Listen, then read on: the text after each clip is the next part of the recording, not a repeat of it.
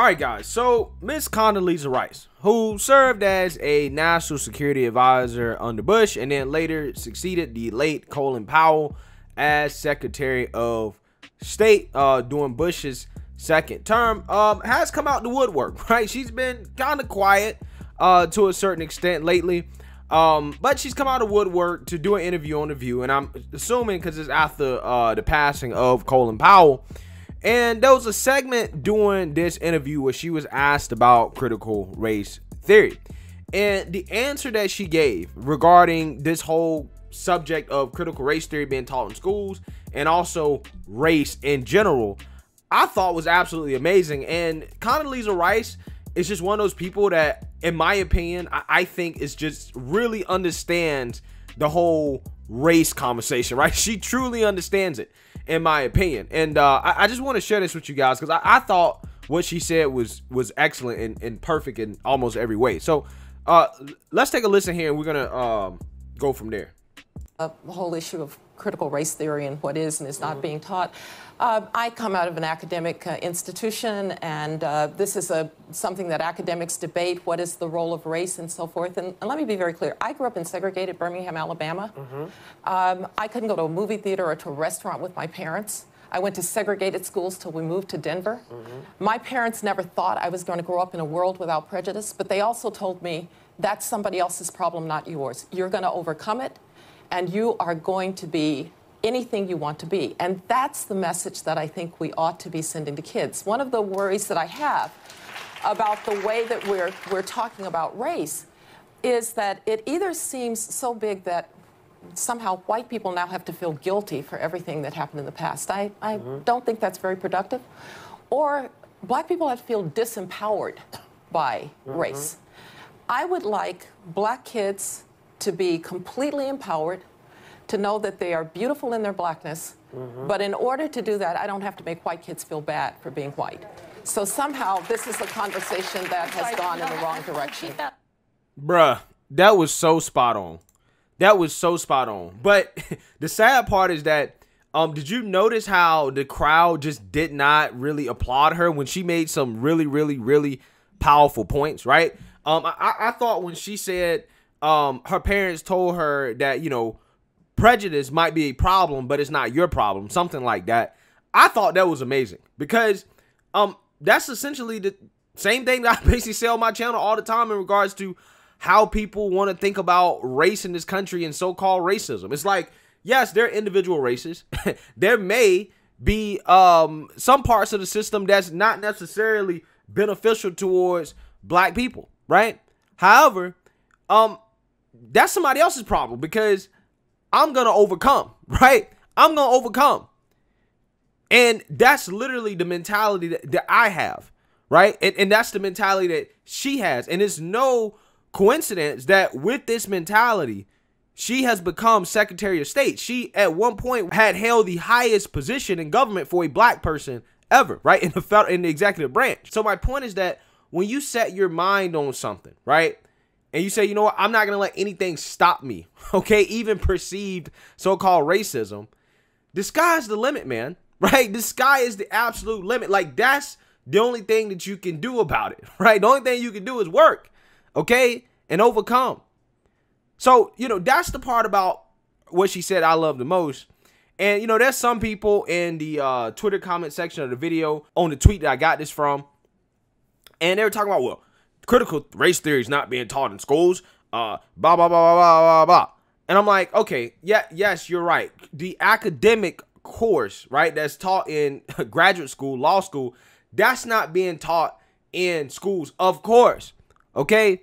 But the problem is that some of the concepts of critical race theory and kind of what critical race theory teaches and calls for is being implemented in policies.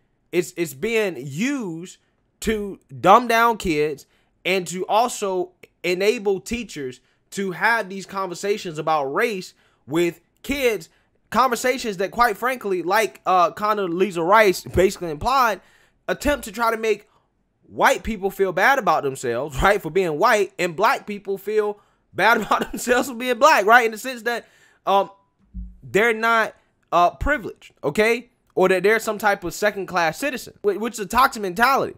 And I found this video. This was a 6th grade classroom in which a teacher was actually teaching this concept that people say that teachers aren't teaching in school. Take a listen. Some people might call it racist. There's actually 3 categories. If you've read the book Stamped, you'll hear that there's 3 areas. There's anti-right, there's anti-racist, which is a person who works to end racism, an activist, someone who is active. And that's what I was trying to be. I was reading books, I was going to rallies, I was trying to be in that group. Then there's the opposite, which is someone who is racist, who discriminates against people of a certain group, and that sort of thing. But then there's a middle group. A middle group is what most people are. Most people don't actively work to end racism, and most people don't work to be in the racist group. So most people are in that middle group called an assimilationist. An assimilationist doesn't actively work to end it and doesn't work to be in the racist group. So, and if you read the Stamped book, there's one for young adults. Your age, might be a little heavy, but middle school or high school age would be the Stamped for kids. And Kwame, that's maybe me right now. He was part of the co-author for the kids. Yeah, talk about this. So, all right. So as you can hear there, in my opinion, that sounds like something that I probably don't think should be taught in school in regards to the whole anti-racist thing. Right now, I'm not trying to ban ideas or anything like that. I have no problem with it being taught in college, right? Where I think that that's a more appropriate subject to teach. But I just don't think it's a good idea to be basically telling kids that you're either racist or anti-racist, right? Like if you're neutral on the topic, if you're just like, I just don't care, I just want to live my life, I'm not racist, I'm not worried about racism, I'm not worried about fighting racism, that means you're racist. That comes from Ember X Kendi. I don't think that's good to be teaching kids, right? I don't think that's something you should be teaching them. That's just my opinion, right? It's just like I don't think kids in elementary school should be learning certain other academic subjects, right, that are particularly not appropriate. For example, you wouldn't want to teach somebody in elementary school calculus, right? That's the way I look at it. It's not banning ideas. It's just a concept that I don't think that young kids should be taught. I don't think it's productive. Again, like Condoleezza Rice was saying, it's not productive to have these conversations. It doesn't help. But the problem is, again, is that you have a class of race hustlers who are making money off of this, who are selling this concept to people because they can make a living off of it, right? And with that, they can accumulate power and influence.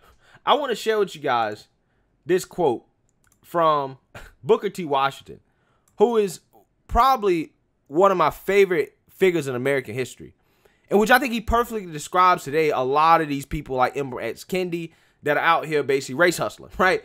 He says, quote, "There is a class of colored people who make a business of keeping the troubles, the wrongings, and the hardships of the Negro race before the public. Having learned that they are able to make a living out of their troubles, they have grown into the settled habit of advertising their wrongs, partly because they want sympathy and partly because it pays. Some of these people do not want the Negro to lose his grievances because they don't want to lose their jobs." Boy, 100% on point, right?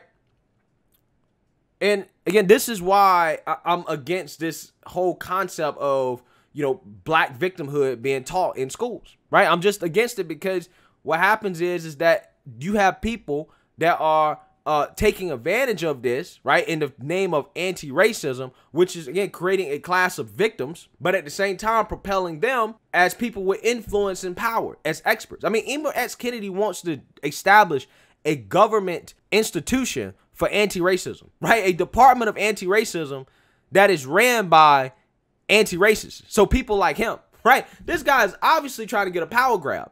You see what I'm saying? So this conversation is not productive to anybody except those who are benefiting from it, which are the race hustlers. So I don't know. I just thought that what Condoleezza Rice said was absolutely on point, right? 100%. I agree with it. She's probably one of the most well-respected people in politics, period. I think it's great to see her really come out here and give a nuanced and inspiring point on this subject. So let me know what you guys think. Make sure you like, comment, and subscribe. Most importantly, share a Black conservative perspective. Peace.